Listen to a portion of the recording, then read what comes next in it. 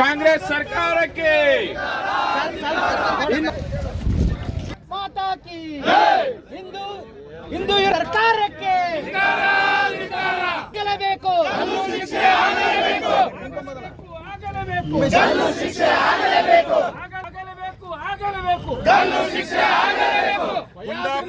ಕಾಂಗ್ರೆಸ್ ಸರ್ಕಾರಕ್ಕೆ ಹಿಂದೂ ವಿರೋಧಿ ಸರ್ಕಾರಕ್ಕೆ ಅಯಾಜನಿಗೆ ಗಲ್ಲು ಶಿಕ್ಷೆ ಆಗಲೇಬೇಕು. ಅಯಾಜನಿಗೆ ನಾಚಿಗೇಡಿ ಮುಖ್ಯಮಂತ್ರಿ ಸಿದ್ದರಾಮಯ್ಯನಿಗೆ ನಾಚಿಗೇಡಿ ಸರ್ಕಾರಕ್ಕೆ ಹಿಂದೂ ವಿರೋಧಿ ಸರ್ಕಾರಕ್ಕೆ. ಎಲ್ಲರೂ ಈ ವಿಷಯದ ಬಗ್ಗೆ ಮಾತನಾಡಿದ್ದಾರೆ. ಈ ಕೊಲೆಯನ್ನು ಷಡ್ಯಂತ್ರ ಅಂತೇಳಿ ಹೇಳಿದ್ದಾರೆ ಈಗಾಗಲೇ.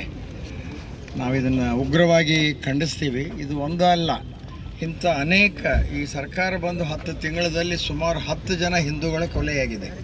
10 ಜನ ಹಿಂದೂಗಳ ಕೊಲೆ ಮಾಡುವಂಥದ್ದು ಹಿಂದಿವರ ಅಧಿಕಾರದಾಗಿದ್ದಾಗಲೂ ಕೂಡ ಕೊಲೆ ಮಾಡುವಂಥ ಒಂದು ಪದ್ಧತಿ ಇವರಲ್ಲಿತ್ತು.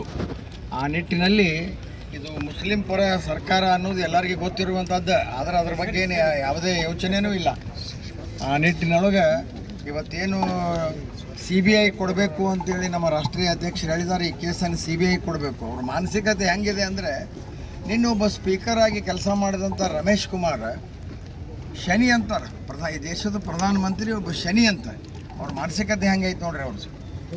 ಮತ್ತು ನೀ ಏನು ಈ ಕಾಂಗ್ರೆಸ್ನ ಈ ದೇಶಕ್ಕೆ ಎಲ್ಲ ಕಡೆ ಹೋಗ್ಯದ, ಇಲ್ಲೇ 1-2 ರಾಜ್ಯದೊಳಗೆ ಉಳಿದದ.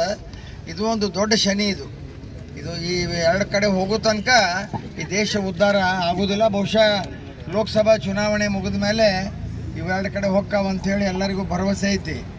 ಆ ನಿಟ್ಟಿನೊಳಗೆ ಈಗ ಅಖಂಡ ಶ್ರೀನಿವಾಸ ಮೂರ್ತಿ ಅವ್ರ ಪಾರ್ಟಿಯ ಲೀಡರ್ ಅವ. ಮೊದಲು ಅವನ ಮನೆಗೆ ಬೆಂಕಿ ಹಚ್ಚಿದಾಗೂ ಆ ಮುಸಲ್ಮಾನರ ಪರನ ಮಾತಾಡಿದ್ರು ಅವರು. ತನ್ವೀರ್ ಸೇಠನ ಮೇಲೆ ಹಲ್ಲೆ ಮಾಡಿದಾಗೂ ಪರನ ಮಾತಾಡಿದ್ರು ಅವರು. ಮತ್ತು ಅವ್ರು ಹೇಳ್ತಾರೆ, ಸ್ವಚ್ಛ ನಮ್ಮ ಮುಂದಿನ ಜನ್ಮ ಐತಂದ್ರೆ ಮುಸ್ಲಿಮರಾಗಿ ಹುಟ್ಟಿಸ್ರಿ ಅಂತ ಸಿದ್ದರಾಮಯ್ಯನವ್ರು ಹೇಳ್ತಾರೆ. ಇನ್ನು ಬೇರೆ ಏನು ಅವ್ರಿಂದ ನಿರೀಕ್ಷೆ ಮಾಡೋದೇನಿದೆ?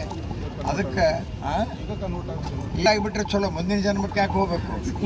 ಆ ನಿಟ್ಟಿನೊಳಗೆ ಇವ್ರಿಗೆ CBI ಕೊಟ್ಟು ಆ ತಪ್ಪಿತಸ್ಥರನ್ನ ಅವ್ರಿಗೆ ಉಗ್ರ ಶಿಕ್ಷೆ ಆಗಬೇಕು. ಮತ್ತು ಅದು ಒಂದು ಜಾಲ ಅದ. ಅದು ಇವು ಹುಡುಗರಿಗೆ ಲವ್ ಜಿಹಾದ್ ಮುಖಾಂತರ ಅವ್ರಿಗೆ ಮಳ್ಳು ಮಾಡೋದು, ಮದುವೆ ಆದ ಹೆಣ್ಣುಮಕ್ಕಳಿಗೂ ಕೂಡ ಅವರು ಈ ರೀತಿ ತೊಂದರೆ ಕೊಡ್ತಕ್ಕಂಥದ್ದನ್ನು ನಾವು ಅನೇಕ ಕಡೆ ನೋಡ್ತೀವಿ.